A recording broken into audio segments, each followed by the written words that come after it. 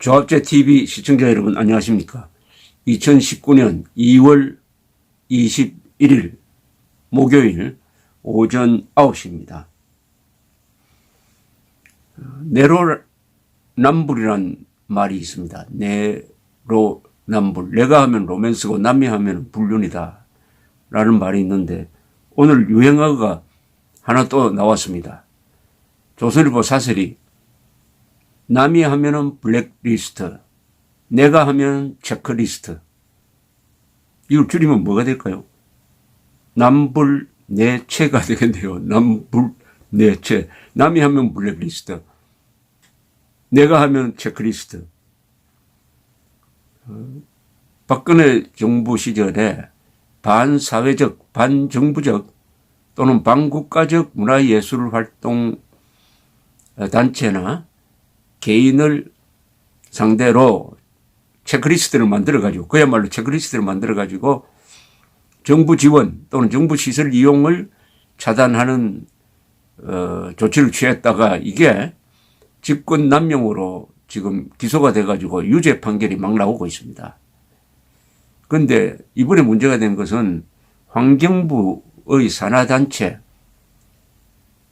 인사들이 임기가 남아있는데도 불구하고 정권이 바뀌었다는 이유를 가지고 물러나도록 하는 과정에서 정권이 가진 압력, 공권력의 남용이 이루어졌다 하는 김태우 특감반 전 수사관의 폭로가 있었고, 그것을 뒷받침하는 지금 검찰의 수사가 진행되고 있고, 여기에 환경부 전 장관입니다. 전 장관이 관여돼 가지고 출국이 금지됐다고 합니다. 자, 이거는 박근혜 정부 시절의 그 소극적인 것보다 훨씬 더 심한 블랙리스트입니다. 왜 다르냐 하면은 박근혜 정부 시절에서는 국가가 지원을 안 한다는 정도의 소극적인 것인데, 이것은 일자리를 뺏는 거니까 몰아내는 겁니다. 훨씬 더 심합니다. 이거는 훨씬 더 심합니다. 문화예술인에 대한 국가의 지원 의무는 없습니다. 그러나 이 경우에는 임기를 채우도록 해야 할 의무가 있고 계약상의 의무가 있습니다. 그런데 물러나라고 약점을 잡아서 압력을 행사했다는 것이 사실이라면 이것은 블랙리스트 중에서는 최악입니다. 그런데 이것은 그냥 체크리스트라고 이야기를 했다는 겁니다. 이 조선일보 사설은 이렇게 지적을 했습니다. 청와대는 문건이 처음 폭로됐을 때 아는 바 없다. 문재인 정부 유전자에는 민간인 사찰 유전자가 없다 했습니다. 여러분들도 주의하셔서 관찰을 하셔야 될 게, 이 김의겸 청와대 대변인이 하는 말은 거짓말이 많습니다. 이 기자 출신인데 거짓말을 많이 합니다. 그런데 거짓말을 해도 바로잡지를 않아요. 예컨대 작년 7월에 이 두툼한 보고서를 하나 가지고 와서 기자들한테 브리핑을 했어요. 이른바 기무사 계엄령 검토 문건 관련 브리핑을 하면서 기자가 그러면 그 계엄령 검토한 것은 촛불 집회를 진압하기 위한 것이었습니까? 하니까 예, 그렇습니다라고 했어요. 그 문건에는 촛불 집회를 진압하기 위한 계엄령이라는 말이 한마디도 안 나오고, 촛불 집회든 태극기 집회든 국가 공권력을 마비시킬 경우에 대비한 검토, 그야말로 검토 문건이었는데 거짓말을 했습니다. 그걸 믿고 KBS, MBC, SBS, JTBC 등등이 마치 촛불 계엄령을 검토한 것처럼 선동을 한 건 잘 아실 겁니다. 그러나 그 뒤 수사를 해서 뭐가 나왔습니까? 아무것도 안 나왔어요. 그건 그냥 통상적으로 하는 것이다. 그냥 대비 계획이다. 이렇게 해가지고 허지부지 됐잖아요. 그러면은 김의겸 대변인이 사과를 하든지 아니면 문재인 대통령이 잘랐어야죠. 사과를 하지 않습니다. 더 한심한 것은 언론이 그런 김의겸 대변인의 거짓말을 추궁을 하지 않아요. 그러니까 이런 말장난을 계속합니다. 민간인 사찰 유전자가 없다. DNA가 없다. DNA가 없다. 청와대가 무슨 생물체입니까? DNA가 없다 하는 이런 비유법을 썼는데 DNA가 있는 것으로 나오고 있습니다. 환경부가 사퇴를 거부한 사내단체 임원들에 대한 무기한 감사와 고발 조치를 계획했고 이를 장관에게 보고했다는 증거가 나오자 이제는 수사를 지켜보자고 했다. 청와대 개입 단서가 나오자 청와대 개입 단서라는 것은 뭐냐면 검찰 수사에 의하면 환경부 관계자들로부터 환경부 블랙리스트 문건들을 청와대 인사수석실에 보고했다는 진술을 확보했다는 보도입니다. 그럼 뭐라고 하느냐? 이제는 블랙리스트가 아니라 체크리스트다. 체크리스트라고 한다. 한 가지 거짓말을 덮으려면은 10가지 거짓말을 더해야 한다는데 지금 청와대가 그 모습이다. 이렇게 지적을 했습니다.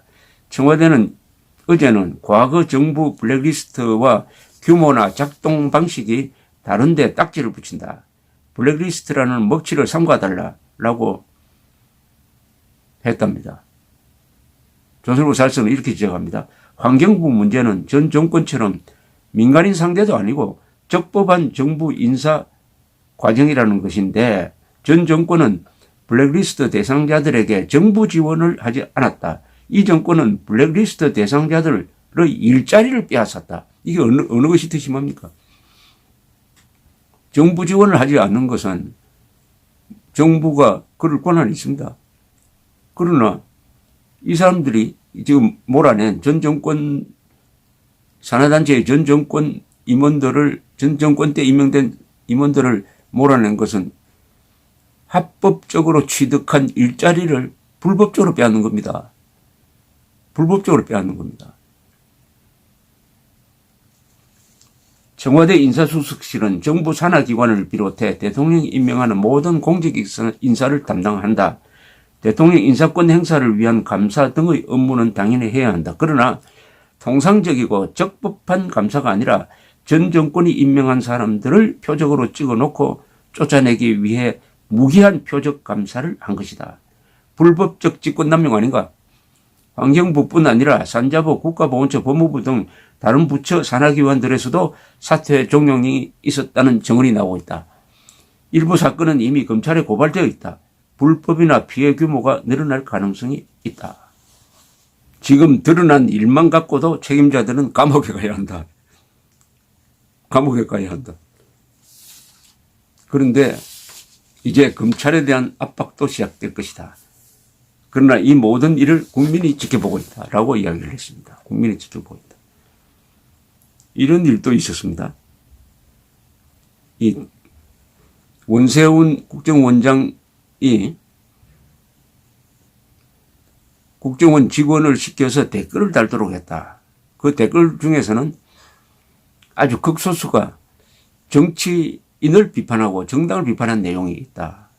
이렇게 해서 이른바 국정원 댓글 사건이 그 뒤에 여러 기관으로 확대돼 가지고 이 댓글 사건 관련해 가지고 구속 재판 받는 사람만 해도 상당수에 이르는데 이런 일도 있었습니다.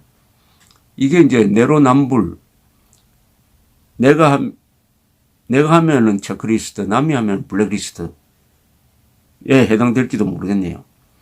2006년 2월 9일입니다. 2006년 2월 9일. 국정홍보처라는 기관이 있었습니다. 당시에는. 국정홍보처가 협조 공문을 각 정부 부처에 보냅니다. 해당 언론사의 인터넷 홈페이지 해당 기사에 부처 의견, 실명 댓글 게재, 각 부처 출입 기자에게 관련 기사와 부처 의견을 메일로 송부, 해당 언론사 간부에게 관련 기사의 부처 의견을 메일로 송부, 국정브리핑 국내 언론 보도 종합 부처 의견 달기에 각 부처가 많은 관심을 가지고 적극 참여해 주신 데 깊은 감사를 드립니다. 등등 하면서 요지는 정부의 모든 부처가 막내된 이 수신처의 명단 맨 앞에는 국가정보원도 있는데 물론 국방부도 있습니다. 요지는 이겁니다. 이 기사에 부당한 내용이 들었으면은 적극적으로 해명 댓글을 달아라 이겁니다. 해명 댓글을 달아라. 해명 댓글을 달아라는 겁니다. 그러니까 노무현 시절에는 언론 보도 내용에 대한 정부 부처 공무원의 댓글 달기가 공개적으로 이루어졌어요. 공개적으로 이루어졌습니다. 당시 한나라당 정병국 의원이 이제 자료를 분석을 해 보니까 한 달 평균 284건의 댓글을 달았고 그해 4월에는 389건이었습니다. 그런데 원세훈 국정원장 시절의 댓글 달기와 무슨 차이가 있는지 노무현 정부 때도 국정원과 국방부도 적극적으로 댓글을 달으려고 그랬어요. 정부 정책을 홍보하는 것. 그리고 원세훈 원장 시절의 이 댓글도 보면은 거의 대부분이 정부 정책의 홍보, 그리고 특히 종북 세력이 정부를 비판할 때 거기에 대한 대응이었습니다. 이게 정치관여다 해가지고 죄가 된 겁니다. 예컨대 이런 댓글이 있었어요. 이 국정원 직원이 쓴 겁니다. 문재인 민주통합당 후보는 천안함 폭침 후 나온 5.24 대북 제재 조치까지 해제하겠다고 한다. 국민은 어떤 후보가 우리의 안보와 국익을 수호하고 책임질 수 있는지를 눈여겨봐야. 검찰은 이 글을 민주당 후보 반대라고 판단하고 선거 개입이라고 판단했습니다. 아니, 이 노무현 시절 같으면 당연히 해야 될 일이죠. 왜냐하면 정부의 5.24 대북 제재 조치는 정부의 정책이었어요. 여기에 대해서 해제해야 된다고, 천안함 폭침 사과도 안 했는데 해제해야 된다고 주장하는 사람을 국민의 한 사람으로서 국정원 직원이 비판을 했다. 그것이 죄가 된 겁니다. 그것이 죄의 이유가 된 겁니다. 물론 이 글을 쓴 사람이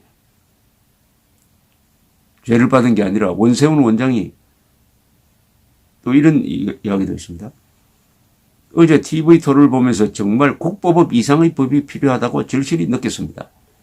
대통령이 되겠다는 사람이 대한민국을 남쪽 정부라고 표현하는 지경이라니. 우리나라 관용이 넘쳐도 너무 넘치는 것 같네요. 국보법 때문에 뭐가 그렇게 불편하고 무서워서 폐지 외쳐왔는지 이제 좀 알 것 같군요. 국가보안법을 유지하는 것은 정부 정책입니다. 이것을 홍보한 겁니다. 이것을 비판한 사람을 비판한 거예요. 검찰은 이 글도 송진당 후보 반대라고